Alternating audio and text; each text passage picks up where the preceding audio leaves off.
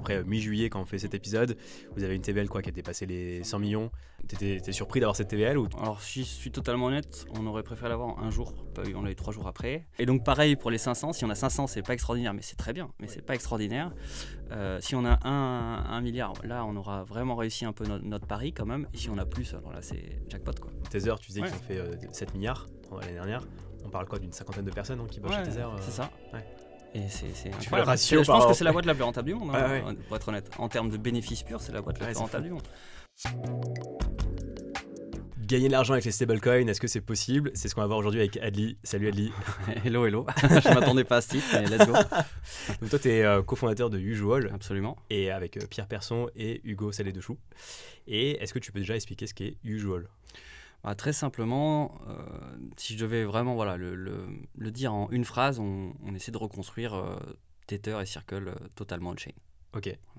Et allons dans le vif du sujet, c'est quoi le problème aujourd'hui de Circle, Tether, selon toi? Le problème, c'est qu'ils ont joué un rôle super important, notamment Tether, il y a quelques années, parce que j'étais à une époque où on tradait en BTC, toutes les cryptos, donc c'était... 1 Dogecoin égale 0.00052 000 Bitcoin. Donc voilà, c'est un autre temps. Et puis les stablecoins ont quand même permis quelque chose de pratique, c'est-à-dire de pouvoir s'exposer à des actifs non volatiles, en l'occurrence le dollar dans le cas de Tether. Circle a fait un gros boulot d'interconnexion avec le monde réel, c'est-à-dire que c'est devenu facile de ramp on, ramp off, de rentrer, sortir, on va dire, dans les cryptos, en partie grâce à Circle. Ça rend des véritables services. Dans le sud, il y a beaucoup de pays qui s'en servent pour transférer de l'argent. Il y a aussi des gens pour qui ça constitue une épargne, parce qu'ils ont des monnaies locales moins intéressantes ou autres. Donc finalement, c'est un des gros use cases des cryptos. En tant que... Moi, je suis rentré dans les cryptos plutôt par l'aspect très anarchiste, très Bitcoin maximaliste, etc.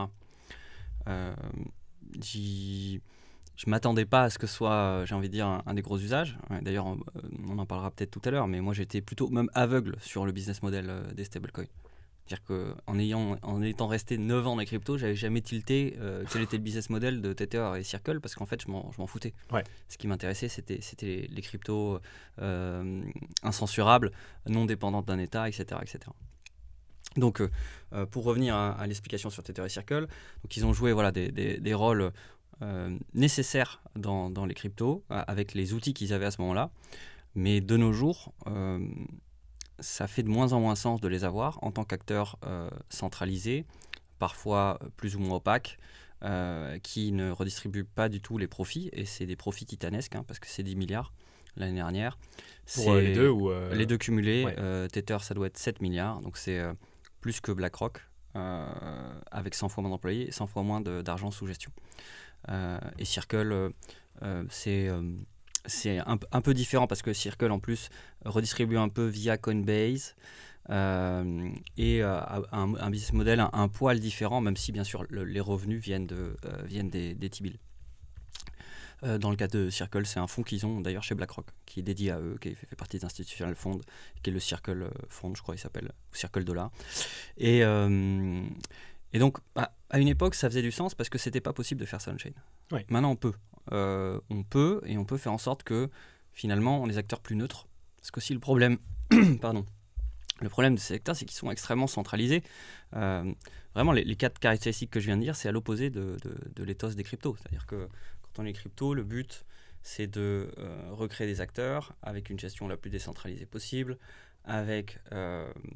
de la transparence, avec de la redistribution s'il y en a, ou en tout cas du partage de la valeur, quand il y a de la valeur créée, et du partage de pertes quand il y a de la partage de pertes créées. Mais en tout cas, c'est symétrique. Ouais. Dans le cas de Tether et Circle, c'est asymétrique, c'est centralisé, et c'est donc très très loin finalement de l'éthos des cryptos. Et nous, ce qu'on essaie, c'est de rétablir un peu cet alignement entre, j'ai envie de dire, les utilisateurs et l'entité elle-même, qui devient décentralisée. Et ça la rend aussi plus résiliente, parce qu'en fait, nous, une de nos prédictions avec Pierre en 2022, c'était que Binance USD allait avoir des pépins.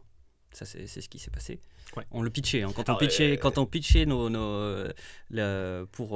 nos premières levées, on disait qu'un des exemples, c'est que demain, si les Américains veulent faire tomber BUSD, ils font tomber BUSD. Et ce qui est drôle d'ailleurs par rapport à ça, c'est que donc BUSD en fait utilisait le Paxos USD, qui est régulé BitLicense, etc. à donc, New York. Ouais, et donc le Binance USD a été stoppé et maintenant la SEC, donc l'autorité des marchés financiers aux États-Unis, a arrêté ses poursuites à l'encontre. Absolument. Voilà. Surtout que ça faisait pas de sens parce que a priori, ce que fait Paxos circule. Et BUSD est juste une white label de ce que fait Paxos. Donc oui. Et donc, c'est aussi ça qui est important de saisir, c'est que là, pour l'instant, on va dire, des acteurs stablecoin purs, mais qui sont quand même pas totalement neutres. Je veux dire, Tether, c'est Bitfinex, Circle, c'est Coinbase. On a plein d'autres acteurs qui essaient là, les tokenizers. On va avoir Ondo qui fait son espèce de stablecoin, Mountain qui fait son espèce de stablecoin, etc. On a les exchanges qui ont essayé. Il y en a pas mal qui ont arrêté. Il y avait le HUSD de Huobi. Ils ont un peu tous essayé de faire leur propre stablecoin. D'ailleurs, le HUOB le stablecoin du Huobi, HTX maintenant, a quand même mal fini. C'est-à-dire qu'il a complètement été dépeg. Ils l'ont un peu killé. Ils ont un peu noyé la chose. Mais le truc, vraiment, c'est devenu un shitcoin. Mais donc, on se rend compte que finalement, ces fiat-backed stablecoins, le fait qu'ils soient dépendants d'une entité, c'est pas forcément bon. Et on a peut-être intérêt à essayer de les rendre un peu plus neutres et décentralisés. Et faire en sorte qu'en fait, au lieu que ce soit un espèce de jeu à somme nulle compétitif, il y ait un regroupement sous un seul actif qui permet d'avoir finalement un stable aussi qui est beaucoup plus liquide et sur lequel il y a besoin de bosser les intégrations qu'une seule fois à chaque fois, qui est totalement unifié et dont finalement la gouvernance pourrait ressembler à quelque chose de vraiment décentralisé et consensuel, parce que si autour de la table il finit par avoir des exchanges, des brokers, des utilisateurs, des protocoles DeFi, des DAO, des communautés, il va falloir se mettre d'accord sur c'est quoi les grandes orientations qui seront prises finalement pour ce protocole. Carrément. Et c'est ça l'intérêt, c'est essayer de recréer une espèce d'infrastructure commune avec moins de fragmentation de liquidité finalement, et une gouvernance décentralisée qui permettra plus de résilience qu'en étant simplement un acteur centralisé quelque part. Alors pas mal de choses par rapport à ce que tu viens de dire. La première, c'est que c'est vrai qu'avec les stablecoins centralisés aujourd'hui, en tant que détenteur particulier, tu vas entre guillemets supporter le risque, mais pas les bénéfices. C'est-à-dire qu'il faut les voir un peu comme une banque. C'est-à-dire que, c'est ça. Ils deviennent de plus en plus des banques. Et même, Mika, c'est de la bancarisation des stablecoins. Nous, c'est l'inverse qu'on est en train de faire. C'est-à-dire qu'on ne veut pas qu'il y ait, entre guillemets, $1 dans un compte en banque dans le collatéral. Le but, c'est d'avoir un collatéral qui n'est qu'un collatéral de marché, c'est-à-dire de la dette, par exemple des États-Unis, ce qu'on a là majoritairement via des repos, et de ne pas être exposé au risque de banque fractionnaire. Au risque fractionnaire des banques que Mika impose. Ce qui est très paradoxal. C'est-à-dire que Mika impose à avoir des réserves dans les banques, donc à rajouter du risque fractionnaire sur des produits qui peuvent s'en défaire en fait. Oui. Alors après, je pense que c'est pour ce qu'on appelle les ART significant. Après, à voir lesquels sont, tu vois, par exemple, de la monnaie électronique, il y a du risque fractionnaire. Par définition, c'est de la monnaie électronique. Non, mais c'est vrai que oui. Donc les réserves sont 10 fois inférieures, à 5 fois inférieures à ce qui est émis. Carrément. Et je pense qu'il y a un autre point qui est important quand même, c'est la transparence du collatéral.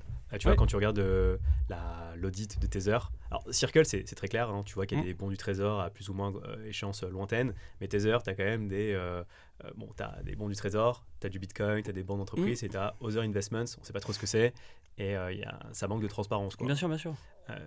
Ça pose des problèmes, effectivement. Et après, sur la partie stablecoin centralisée, vous, comment vous vous positionnez, c'est dire, OK, on va redistribuer finalement le yield généré, parce que finalement, quand tu détiens des... nous, on ne va pas redistribuer le yield, on redistribue l'ownership. Après, le yield, les gens en feront ce qu'ils veulent. Oui. Mais pour l'instant, ce que le protocole va distribuer, c'est l'ownership. Mais si tu détiens l'ownership... indirectement, un jour, si la gouvernance se met d'accord pour distribuer, pas distribuer, etc. Mais tu détiens quelque chose, en fait, en détenant du cash, tu détiens vraiment plus que le cash. Il y a des vrais revenus en tout cas. Voilà, il y a des revenus associés. Il y a des vrais revenus pour le protocole. Après, on verra ce que finalement les détenteurs du protocole choisissent de faire. Bien sûr que nous, au début, on va avoir une voix plus grande que les autres.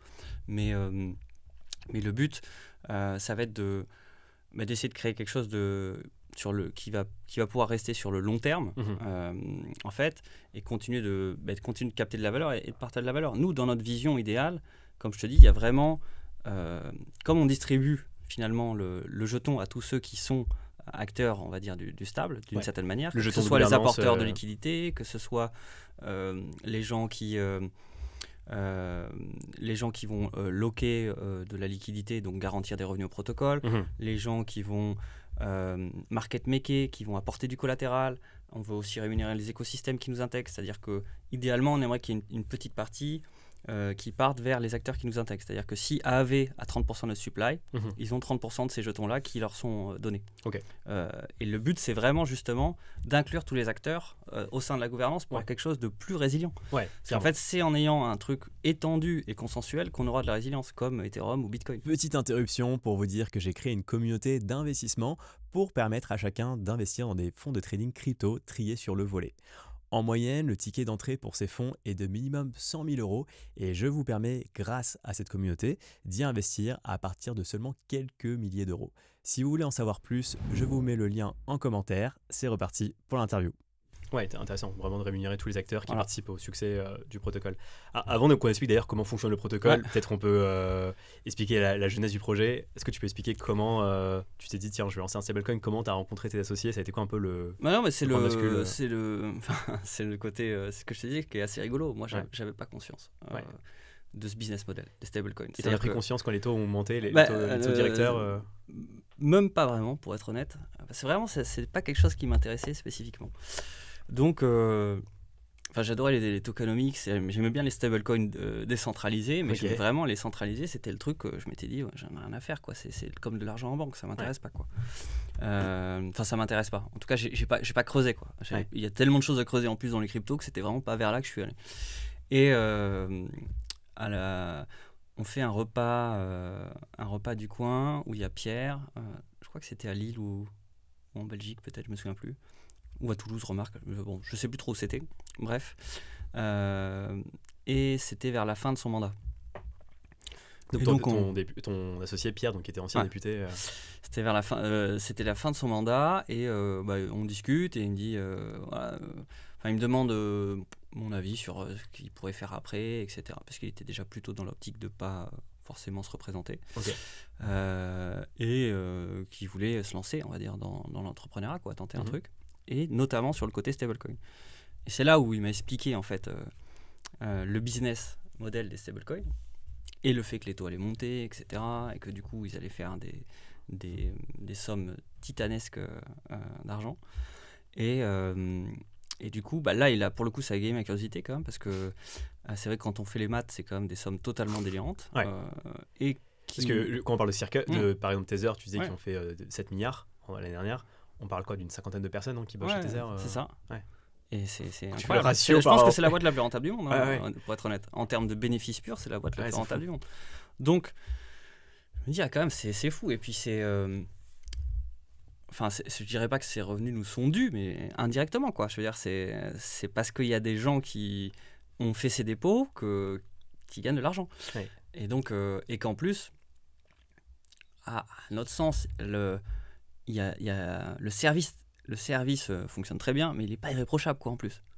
Avec tout cet argent, on pourrait avoir un monitoring, j'ai envie de dire, absolument temps réel, parfait de tout ce qui se passe. C'est ça. Il n'y a pas énorme transparence. Après, en plus, Tether, on va pas revenir dessus, mais il y a eu pas mal de casseroles par le passé. Ça, en plus, c'est autre chose. C'est d'autres choses. Mais ce que je veux dire, c'est qu'en plus, bon, le business tourne. Ils font pas mal d'efférencement comme sur l'AML, etc. Mais bon, le business tourne. Mais en plus, il n'y a pas spécialement de grande innovation tous les jours, etc. Donc je me dis, c'est quand même fou. Et Circle, pareil. Circle, il y a quand même l'interopérabilité entre les chains, tu vois, qui sont en train de mettre en place. Tether aussi, en quelque sorte. Après, Circle le font avec Chainlink, etc. Mais pour moi, c'est... Comment dire ça reste... La valeur, c'est d'avoir un stablecoin qui est surtout qu'un effet de réseau. Voilà, c'est ça leur valeur. Ils ont l'effet de réseau, ils ont la profondeur, ils ont la liquidité, donc les intégrations. Mais en vrai, je me dis à ce moment-là, c'est dingue, quoi. J'ai l'impression qu'en plus, on en discute avec Pierre, et j'ai l'impression que personne ne les attaque frontalement.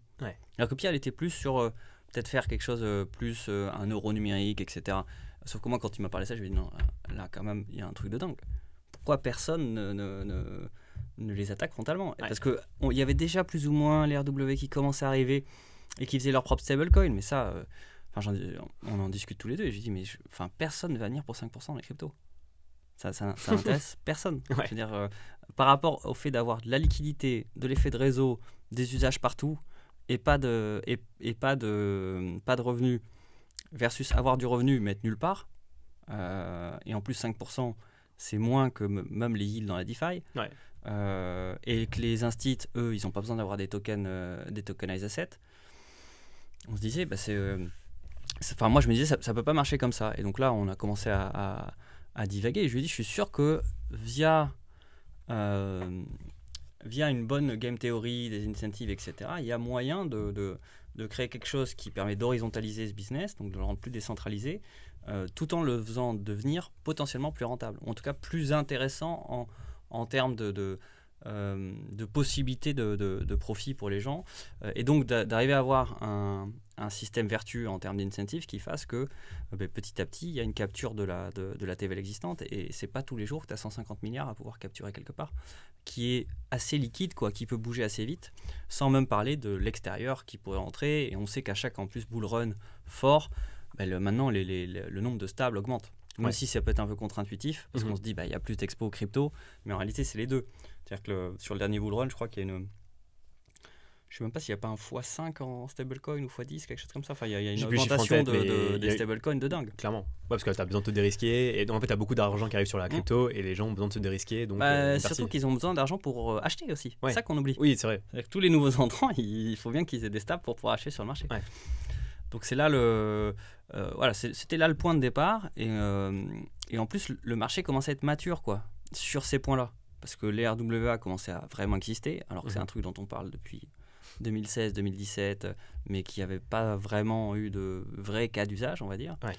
À part quelques, on va dire, quelques, pas mammouths, mais du style Maple, etc., qui sont là depuis longtemps, qui font du prêt, mais c'est quand même moins... c'était à une moins grande échelle et c'était pas directement un produit de la finance traditionnelle, c'était plus de la dette, quoi. Et donc là, il y a les T-bills, etc. Et on se dit, en fait, il y a moyen de faire tout ça on-chain et de faire en sorte qu'au lieu que ce soit des actionnaires privés, ce soit n'importe qui, finalement, qui a un jeton, qui a l'ownership des smart contracts, tout comme Maker ou d'autres projets. Ouais. Et alors, c'est vrai que peut-être que le timing était bon aussi parce que, vous, le collatéral finalement vous encapsulez en fait des bons du Trésor tokenisés notamment. Et c'est vrai que jusqu'à quelques années, il n'y avait pas forcément d'acteurs qui tokenisaient des bons du Trésor. Donc c'est vrai que le timing était bon aussi. Ils ne le faisaient pas aussi parce qu'il n'y avait pas de rendement. Oui, il n'y avait pas de rendement, effectivement. Non, carrément. Après, j'ai l'impression qu'aussi les acteurs qui arrivent sur ce business-là, ils sont arrivés aussi parce qu'il y a des rendements qui sont importants maintenant. Est-ce qu'ils vont le rester? Non. Et après, ils vont, j'imagine, se diversifier vers d'autres classes d'actifs. Bah oui. Et que c'est une porte d'entrée. Je suis sûr que leur grand rêve, c'est de faire des actions, quoi. Ouais, exactement. Ok. Et donc, vous avez échangé avec Pierre là-dessus, et après c'était quoi la suite? Comment vous avez dit tiens on creuse Non, on s'est fait plusieurs soirs au Hoxton en terrasse à discuter, à faire des schémas, à réfléchir et après en fait nos premiers gribouillages, je veux dire, tenaient un peu la route. On a discuté aussi avec deux trois personnes pour avoir un peu de feedback, voir si c'était totalement déconnant ou pas, et on s'est dit let's go, il faut qu'on arrive qu'on creuse encore plus, et qu'on creuse la piste au maximum, et c'est ce qu'on a fait, et finalement ça nous a amené là où on est maintenant, quoi. Ok. Et c'était quoi juste les grandes étapes? Donc vous avez levé des fonds, donc là, vous avez annoncé une levée de 8 millions, mais j'imagine que cette levée elle s'est fait pas tout de suite, c'est-à-dire que vous étiez en fonds propres pendant un moment. Nous on a... pardon, T'inquiète. Parce que moi j'en souviens par exemple, je t'avais vu l'année dernière, je crois que c'était à ETHCC à Paris, où tu bossais déjà sur le projet, mais vous aviez pas du tout levé à ce moment-là. Alors nous, ce qu'on a fait, alors on a annoncé sous forme de... On a fait une annonce qui regroupe en fait 3 tours.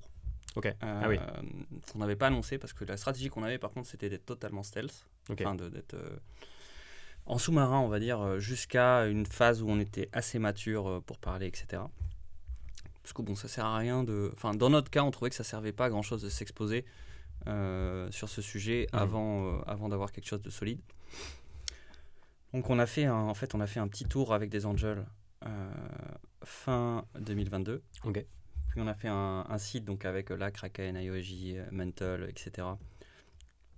Spencer Noon. On a fait ça fin 2023. Et après on a fait un petit tour en fait stratégique fin de printemps dernier quoi. Ok. Avec cette fois-ci beaucoup de fondeurs de projets DeFi, comme on a Sam de Frax, on a Mitch de Curve, on a Charlie de Curve, on a C2 de Convex, les gars d'Aladin, les gars de FX, le fondeur de Balancer, des gars d'Olympus, des gars de Temple. L'idée c'était vraiment d'aligner en fait un peu les intérêts avec tous ces gens-là, parce que depuis le début vraiment le but, comme je t'ai dit, c'est de spread, c'est qu'il y ait une répartition en fait des jetons qui se fassent rapidement pour que ce soit vraiment décentralisé quoi. Et avec les acteurs finalement qui auront intérêt à être dans cet écosystème. Et après on a lancé en mode privé on va dire avec du permissionné donc il y a un mois et demi à peu près. Et là on a lancé public depuis une semaine.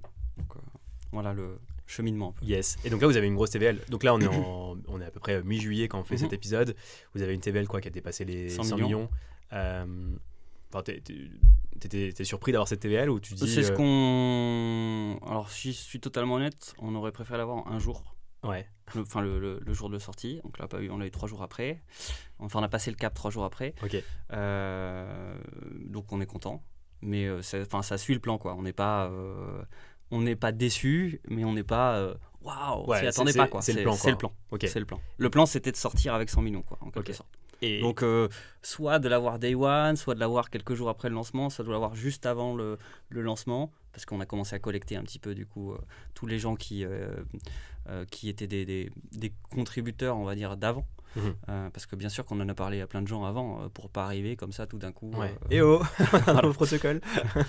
Donc, et ça a permis aussi de tester, en fait, parce que du coup, comme on était en mode permissionné, fermé, on a pu bien tester la DApp, les différentes interactions, mais sur des conditions un peu plus réelles, avant de l'ouvrir au public. Voilà. Ok. Et c'est quoi les targets que tu as du coup en tête À nous, c'est d'aller chercher un demi-milliard, 1 milliard d'ici 4 mois, quoi. Ok. Ouais, donc idéalement. Ok. Enfin, en tout cas, c'est le plan. On verra bien ce que ça donne. Mais notre plan, nous, on va dire qu'à 500 milliards, on est content, mais on n'est pas ravi. À 1 milliard, on commence à être très content. Et au-dessus, là, c'est vraiment pour le coup, là, je dirais pas que ça serait une surprise, mais parce que c'est ce qu'on va chercher.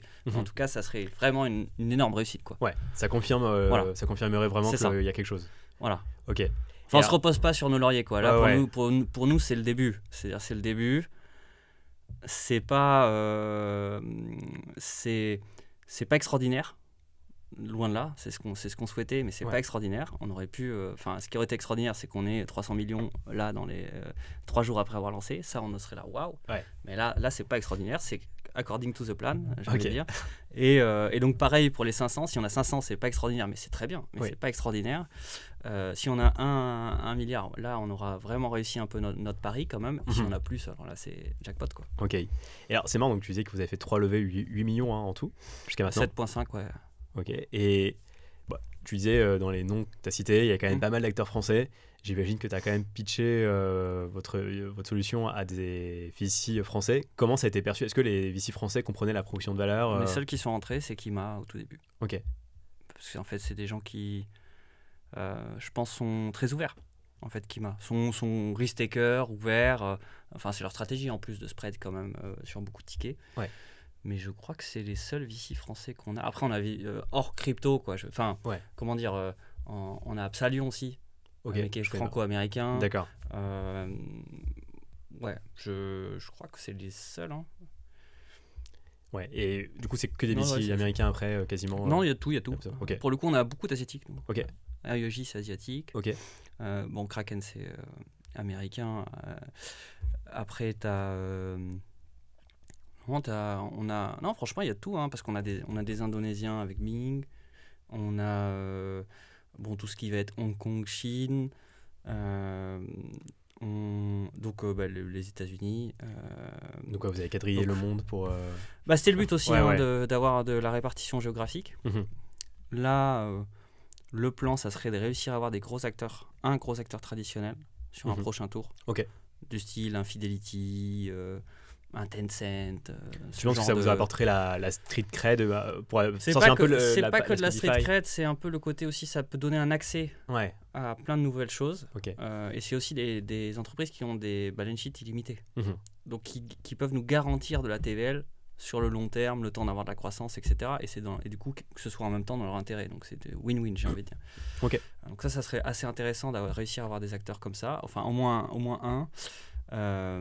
Et après aussi d'avoir, j'ai envie de dire, un des 4-5 chevaliers de l'apocalypse des cryptos, quoi. Avoir un Paradigm ou un Panthera ou un Polychain qui apporte quand même une expertise. Je dis pas que les nôtres sont pas bien, hein, mais c'est vrai que Paradigm, c'est presque des devs crypto autant que des VC, quoi. Donc c'est un côté intéressant. Ok. Pour venir du coup au fonctionnement, donc comme on l'a dit tout à l'heure, vous encapsulez finalement des bons du trésor tokenisés. Alors pour l'instant il n'y a pas tous, mais ça pourrait être potentiellement le token de Hondo, super épisode d'ailleurs. Et ça pourrait être, je sais pas, l'UEG de... pardon, je parle de Spyco. Oui, pardon, l'UEG de Hondo, mais juste avant c'est Spyco que je veux dire, pas Hondo. Ça peut être l'USDM de Mountain Protocol. Enfin voilà, tous les bons du trésor tokenisés. Vous positionnez finalement un peu par-dessus parce que vous encapsulez ces acteurs-là. Est-ce que d'ailleurs il y en a qui peuvent refuser d'être... Ah bien sûr, parce que quand on doit passer par leur process d'onboarding et de KYB, et c'est que des trucs permissionnés, donc bien sûr. Il y en a qui ont refusé ou Non, c'est plutôt l'inverse. Enfin, c'est pas qu'on on a refusé personne, mais disons qu'on a fait nos due deals, nous. On a dépêché quelqu'un de spécialisé dans le domaine pour aller pour faire des due diligence sur tous les tokenizers, avant de choisir Hnote, du coup, qu'on a choisi. Qui est l'unique pour l'instant ? Ouais. Ok. Il y a des... Et pourquoi tu peux dire, ou les raisons ou... Ouais, j'allais dire, il y a des considérations, on va dire... techniquement, tout tient la route. En gros, il n'y a pas trop de trucs, il n'y a pas de trucs très exotiques, il n'y a pas spécifiquement de gros risques techniques ou autre. Donc de ce point de vue-là, tout le monde remplit un peu les cases. Il y a des trucs plus ou moins pratiques, suivant si c'est rebase, pas rebase, wrappé, trucs. Mais bon, on va dire que celui-là, c'est vraiment le moins gênant, parce que généralement, c'est vraiment pas des innovations techniques. Ok. Après, le second, c'est le setup légal. C'est comment c'est structuré. Mais il y a plusieurs niveaux. C'est-à-dire qu'il y a le côté, on va les regarder, qu'est-ce qui se passe s'il y a banqueroute de la part de l'émetteur. Voilà, ça c'est le premier truc. Il faut que ce soit résistant à la banqueroute. Ouais, donc en gros, bankruptcy remote. Voilà. Il y a un deuxième truc qui va être la juridiction. Parce que la juridiction, en fait, elle va définir si il y a tel ou tel client qui sont adressés et c'est quoi les conditions. Donc ça aussi c'est important. Est-ce que tu peux avoir les ricains, est-ce que c'est pour les ricains ou est-ce que c'est pour tous les pays du monde? C'est ça. Quand tu dis client, c'est client final en fait, client de ceux qui peuvent acheter les assets tokenisés. D'accord. Parce qu'il faut bien qu'il y ait des gens qui puissent le faire, quoi. Ouais, bien sûr. Et donc il y a ça, il va y avoir aussi le côté sur le setup légal, s'ils sont régulés ou pas par une entité locale, vu que généralement c'est des fonds. Donc quel est leur niveau de réglementation ou autre. On va aller regarder. Alors là c'est un peu un entre-deux avec le technique, mais c'est comment ils gèrent leur settlement, etc. Est-ce que par exemple ils t'émettent un jeton alors qu'en réalité ils ont encore des USDC et que le settlement dans le monde réel il sera fait dans 2 jours? Ça c'est une question qu'on se pose aussi. C'est quoi le produit qu'ils ont? En fait, ce que je dis, c'est que tu as besoin de rapidité pour les... moi, ce que j'ai besoin, c'est que ce soit safe d'un point de vue financier.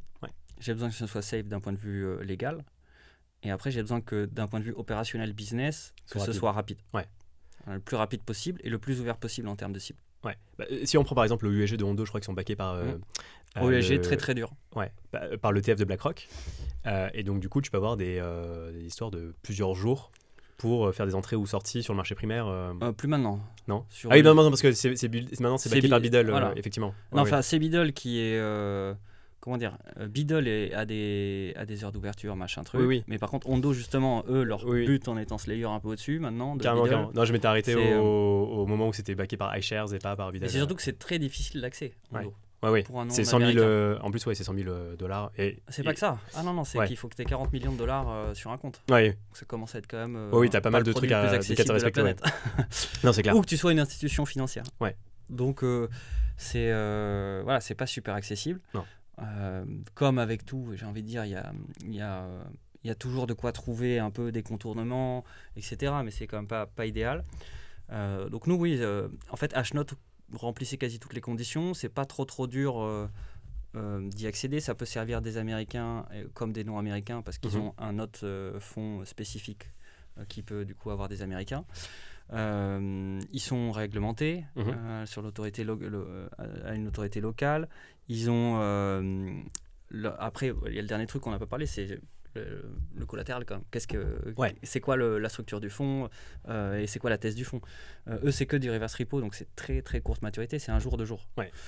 Donc c'est ça aussi qui permet d'avoir de la vélocité sur les rédemptions et les mints. Et c'est ultra safe quoi. Du coup, tu tiens pas la dette très longtemps quoi. Donc ça ouais, c'est un vrai plus. Mais d'ailleurs, enfin.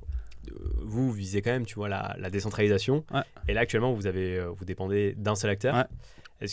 J'imagine que le but, c'est quand même de répartir votre risque sur plusieurs acteurs. Ouais, bien là, sûr, bien sûr. Non, mais alors pourquoi on fait qu'un acteur? Parce qu'en fait, comment dire, au début, tu es presque plus safe d'avoir un acteur que d'en avoir plusieurs à gérer. Parce que si tu les as pas bien tous audités, que tu n'as pas bien tous des trucs très précis sur comment ils fonctionnent, sur ce qui peut se passer, bah, tu peux te retrouver avoir plus de problèmes avec plus d'acteurs qu'avec un seul. Donc, c'est pour ça qu'on a commencé comme ça.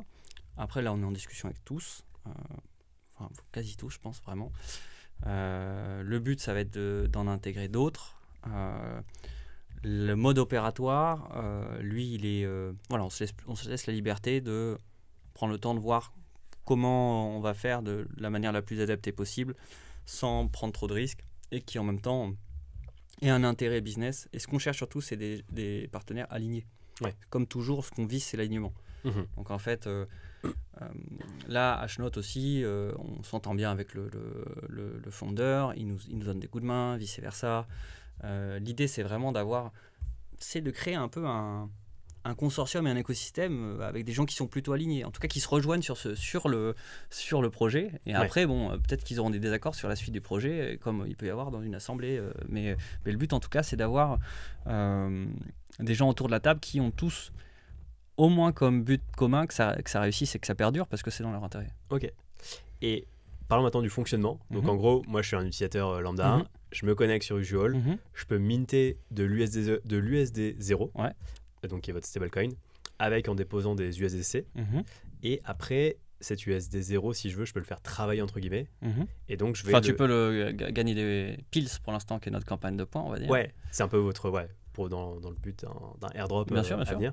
Et je peux aussi le convertir donc en USD 0++. Ouais. Et qui là en fait va me permettre de toucher du yield finalement. Enfin de toucher plus de pills du coup. Ouais. Plus de pills. Mais à terme ce sera ce qui te permet de générer du yield. Là, c'est ce qui permettra de toucher des jetons de gouvernance. Qui est le jeton Usual. Donc en fait il y a 3 jetons. Le stablecoin, le bond, on appelle ça un liquid bond. Ouais. Et le jeton de gouvernance. Ouais. Ok. Et après, si on est taquin, il y a le jeton de collatéral aussi, mais lui, les gens le voient très peu. Enfin, ça va être plutôt des utilisateurs qui sont enregistrés chez les émetteurs de collatéral, quoi. Ouais, carrément.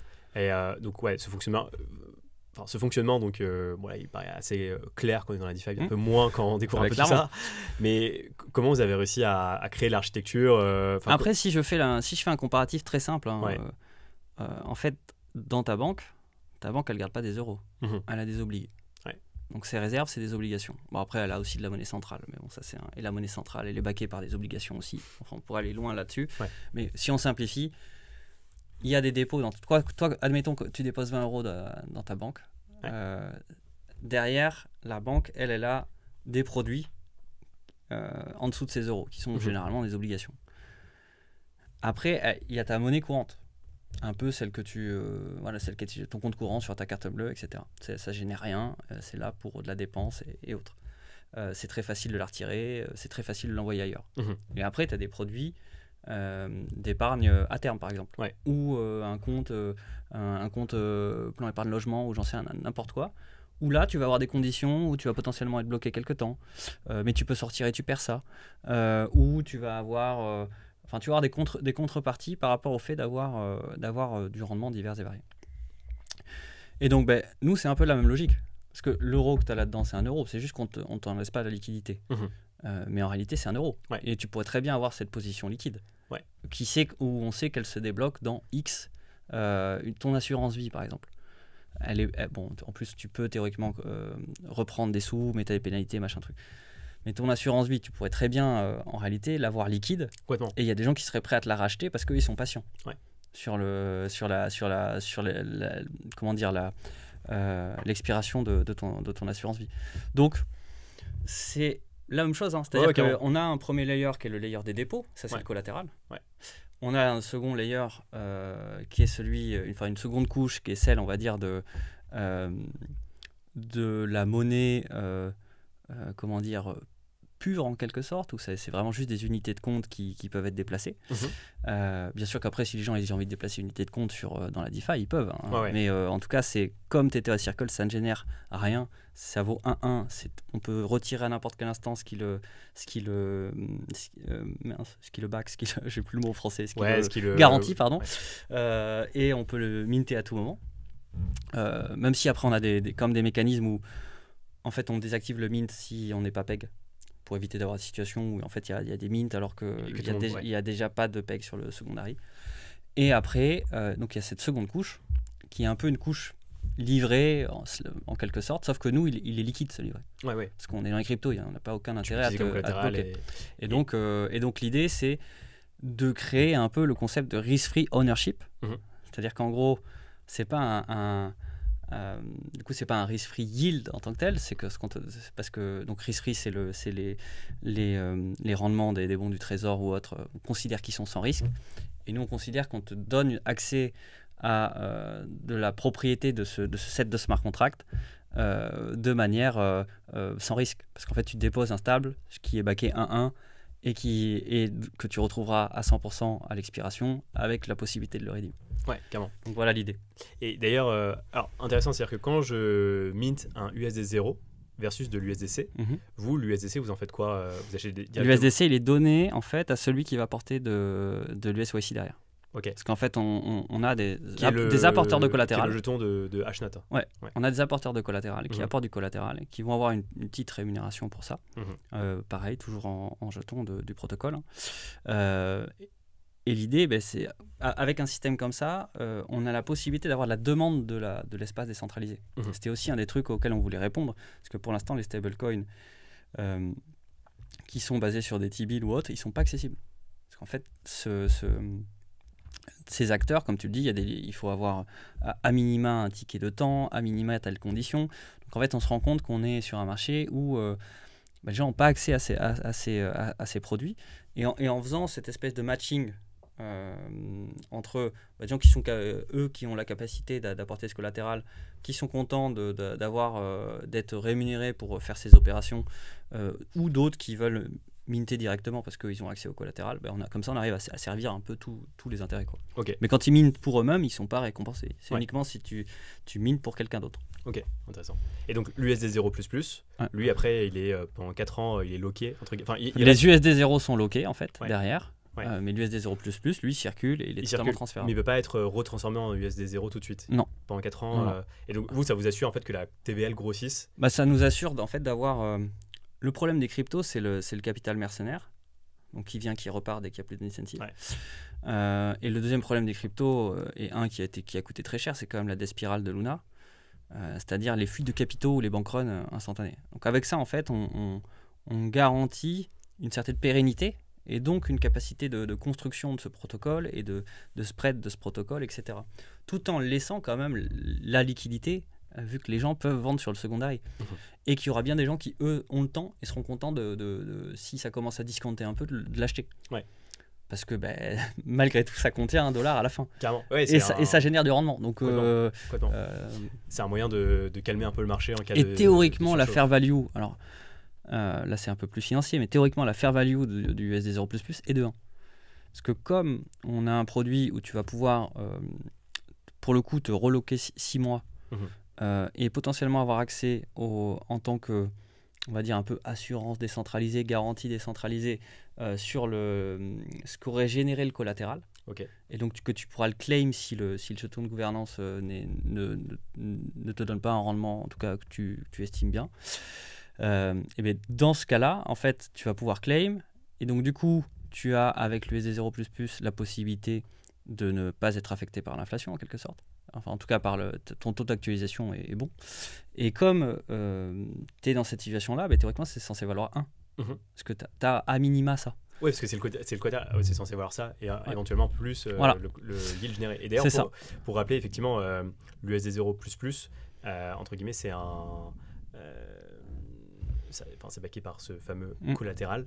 Et... on appelle ça comme c'est comme un T-bill boosté, quoi. Ouais. En fait, notre but depuis le début, c'était de faire en sorte que d'avoir un produit où tu as, comment dire, sur le principe, enfin ce qu'on a vraiment voulu faire, ça c'est un élément qui est vraiment important à comprendre. Ce qu'on a voulu faire, c'est un système où il n'y a pas de risque sur le stablecoin, c'est transparent, tout le monde peut vérifier, les acteurs qu'on a, on les audite assez profondément, etc.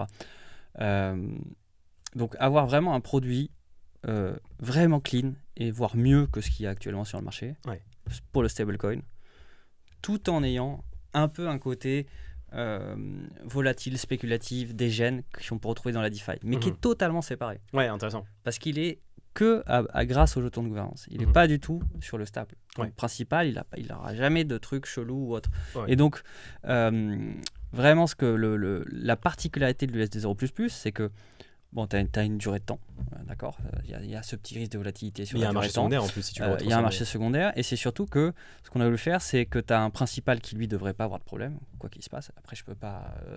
il peut toujours se passer des trucs. Le principal, c'est le principal, c'est la somme, on va dire, de stable. Quoi. Il peut toujours se passer des trucs. Je sais pas, par exemple... il y a eu, je crois, sur les 50 dernières années, il y a eu une fois où les fonds monétaires ont eu un peu de volatilité vraiment un peu forte, quoi. Voilà. Mais surtout, toi, tu es sur des fonds quand même très là, c'est 2 jours. terme, oui, bon. Mais bon, il y a déjà, ça existe, quoi. Le Pépin 0, ça n'existe pas. Non, mais je veux dire, au moins, vous communissez de ce risque-là avec des échéances très court terme. Disons qu'on est sur la même qualité de collatéral que des institutions financières. Enfin, c'est ce qu'utilisent les financiers. Les financiers n'utilisent pas de dollars. Ils utilisent soit des money market funds, soit directement des T-bills ou autres. Yes. Donc, ce qu'on essaie de faire, c'est de faire un produit où ton principal n'a pas de risque. En revanche, toi, tu es assuré d'avoir à minima quelque chose, pour ceux qui, en tout cas, se loqueront 6 mois. Et si... comment dire, et si bon, ben, nous, la santé du protocole se porte bien, que les gens sont positifs dessus ou autre, bah, tu peux avoir un super bonus. Et c'est un peu ça la beauté du protocole, parce qu'en plus c'est réplicable à n'importe quel asset. C'est-à-dire que là on le fait avec un stablecoin dollar et des T-bills, on pourrait le faire avec stablecoin euro et des fonds, enfin et des obligations euros. On pourrait le faire avec des stablecoins décentralisés. Donc on pourrait faire un USD0 à chaque fois isolé, hein, parce que pour le coup, faut que pour le coup, quand on met plusieurs collatéraux, quand on va mettre plusieurs collatérales, ce sera des collatérales de la même nature. Okay. Il pourrait y avoir un USD0 backé par des stablecoins décentralisés. C'est-à-dire que tu peux créer plusieurs USD0. En fait, il n'y a pas de limite. Quoi. Tu peux répliquer on peut répliquer ce modèle à tout, en fait, qui permet d'avoir ce truc-là où ça... déjà, nous, on pense que c'est bon pour l'écosystème parce que tous les gens qui vont être notre collatéral auront aussi leur liquidité backée. Donc ils ont eux aussi ces 4 ans. Et c'est dans l'intérêt de tout le monde d'avoir du temps. Ouais, bien sûr. C'est sur le temps long qu'on construit des choses. Le temps court, c'est bien. C'est super d'avoir des bootstraps explosifs. Mais la réalité, c'est le temps long. Donc l'idée, c'est que ce DeFi USD0 ou autre, il puisse être backé par du SDAI, du SFRAX, du SGO. Donc tous ces actifs-là aussi de la DeFi qui génèrent des rendements. Pour avoir leur stablecoin USD0. Voilà, pour avoir un DUSD0 par exemple, qui pourrait devenir un DUSD0++. Et là, de la même manière, quelqu'un pourrait avoir accès à ce rendement minimum qui serait le rendement agrégé de tous ces trucs, s'il se lock 6 mois. Enfin, toujours le même système, quoi. Et pareil pour H0, pareil pour potentiellement un jour, j'en sais rien, même des stocks 0. Ouais, carrément. Voilà. Il n'y a pas de limite. Les stocks, je pense pas qu'on... Enfin, après, tu me diras, ça dépendra les décisions de la gouvernance, etc. dans le futur, mais pour l'instant, tous ceux qui ont essayé de faire des stocks ont eu des problèmes dans les cryptos, donc c'est pas l'endroit où on s'aventurerait en premier. Ouais, c'est clair, pour les raisons réglementaires, je pense que c'est pas le meilleur move. Et donc, ouais, l'idée, c'est que tu obtiens ton collatéral donc en usual, et qu'après, ce jeton de gouvernance, et après, finalement, tu as un droit. Parce que finalement, il y a de l'argent le yield s'accumule dans la trésorerie, après, libre à la gouvernance. Voilà, si tout le monde. Ça s'est vu dans l'époque, notamment sur beaucoup de forks Olympus. Donc, Olympus. Protocole DeFi, un peu avec des token mix, on va dire rigolotes, ou des ponts dynamiques suivant comment on le voit. Mickey en tout cas a innové, a tenté des trucs et a eu un bootstrap monstrueux. C'est-à-dire qu'ils étaient montés à 1,5 milliard, je crois, de TVL en quelques mois à peine, par des tokenomics qui étaient hélas pas bien compris par les gens, donc ils ne savaient pas forcément ce qu'ils achetaient, et bon, ils achetaient un truc qui était clairement trop valorisé. Mais bon, il y avait toute une tendance, il y en a eu plein d'autres du coup qui ont forqué Olympus. En tout cas, ce qui est intéressant de constater, c'est que déjà, des tokenomics bien pensés, ça permet quand même d'avoir des effets parce que les bootstraps fonctionnaient. Et la deuxième chose, c'est qu'il y a plein de projets Olympus, des forks qui ont été liquidés. En fait, les gens ont vu que les tokens valaient moins que le trésor. Parce que bon, après il y a le bear market et tout, donc ils ont racheté les tokens, ils ont fait passer des proposals pour distribuer et finir le projet. De la même manière, là il y a Aragon qui a fait un vote et qui va distribuer tout son treasury aux holders d'Aragon. Donc en fait, voilà, dans le futur, ce trésor qui va augmenter, ce trésor de guerre, qui en plus, c'est ça qui est amusant, c'est que si on commence à prendre des actifs différents, donc on fait des actifs différents, on va avoir un trésor avec plein de natures d'actifs différentes. Donc, qui naturellement est un espèce d'indice organique, un peu de l'underlying qui est le collatéral. Et après, il pourrait très bien y avoir, en fait, une fois que tu as la liquidité, tu as des gens qui ont besoin de liquidité, donc tu vas avoir des gens qui vont nous proposer finalement des choses pour ce treasury. Je pense des différents treasury managers, il y a des Karpathy, il y a plein d'entités dans les cryptos, qui vont permettre de booster encore plus potentiellement la valeur globale du projet. Ok. Juste, il y a un point que je n'ai pas précisé, c'est que pour minter ton USD0, tu n'as pas besoin de KYC, il n'y a pas de minimum, contrairement au bon du trésor. C'est tout des smart contracts. Ouais, c'est juste smart contracts. Comme le DAI avec Maker, par exemple. Alors, une question que je me posais, c'est est-ce qu'il y a une chance dans un futur proche de trouver de l'USD0, voire l'USD0++ sur des plateformes d'échange centralisées, ou surtout avec Mika en Europe? Bon, alors ça c'est une autre question. C'est une autre question. Nous on va être clairement, à notre sens on tombe pas dans le champ d'application de Mika.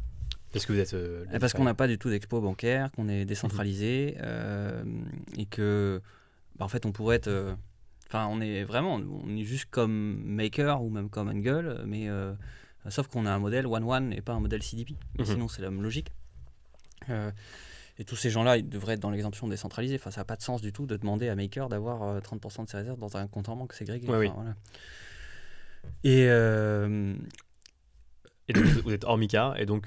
Donc, a priori, si tu es hors Mika, tu n'es pas illégal. Donc, tu es juste hors Mika. C'est des sujets qui feront forcément débat. Après, Mika, à mon sens...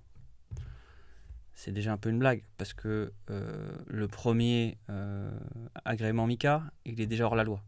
Parce qu'on ne devrait pas pouvoir avoir un USDC fongible. Par rapport à tel qu'est fait Mika, ça devrait être un USDC européen, avec des réserves européennes, etc.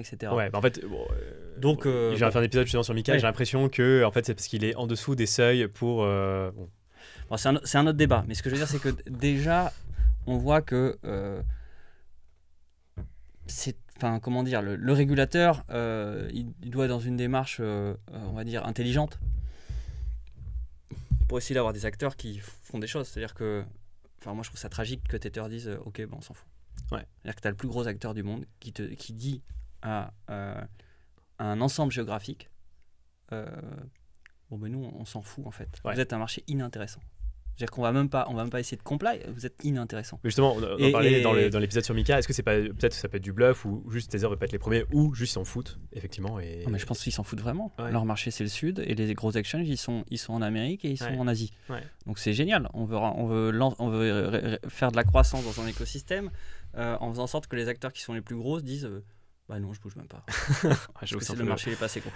Ça c'est un autre débat, mais ce que je veux dire c'est que en tout cas nous on est plutôt détente là-dessus, quoi. On n'a pas spécialement de C'est pas grande votre peur. strat, En plus, on a joué le jeu. Enfin, l'association de développement, elle est en France. La boîte qui développe, elle est en France. Le protocole. On n'a pas essayé de fuir ou autre. Ouais. Donc, voilà, on n'a pas... on n'a pas forcément de volonté de vouloir faire des schémas, shady ou autre. C'est juste, on a une vraie volonté d'être décentralisé. On a un vrai plan pour être décentralisé. On va avoir moins de 10% des jetons de la supply. Donc, en fait, on n'a pas de problème à défendre notre régime, c'est celui-là. Et notre logique, c'est celle-là. Ok, très clair. Et pour les exchanges centralisés, pardon, on souhaiterait ne pas rentrer sur les exchanges centralisés juste pour être contre USDC. Voilà. Ouais. Si on le fait, c'est pour un vrai développement de notre stable en tant que stable, en quelque sorte. Voilà, c'est plus dans ce sens-là. C'est-à-dire, par exemple, BTC, USD0 Ouais, quelque chose comme ça, oui. En tout cas, qu'il y ait des paires, au moins une ou deux autres paires, quoi. Ou sinon, si on est sur des échanges centralisés, ça serait pour être contre de la fiat. C'est-à-dire que sur Kraken, il y a des paires USD-USD. Ok. Ça, c'est intéressant aussi, pour le côté ramp-off, ramp-on. Et là, j'ai envie de dire l'arbitrage avec le dollar réel, quoi. Ok. Adli, merci beaucoup. On arrive à la fin de l'épisode. Avec Est-ce que tu plaisir. as un mot de la fin, je sais pas, un moment un peu carte blanche Un moment carte blanche intéressant. Non, ben là, j'aurais tendance à dire qu'il faut...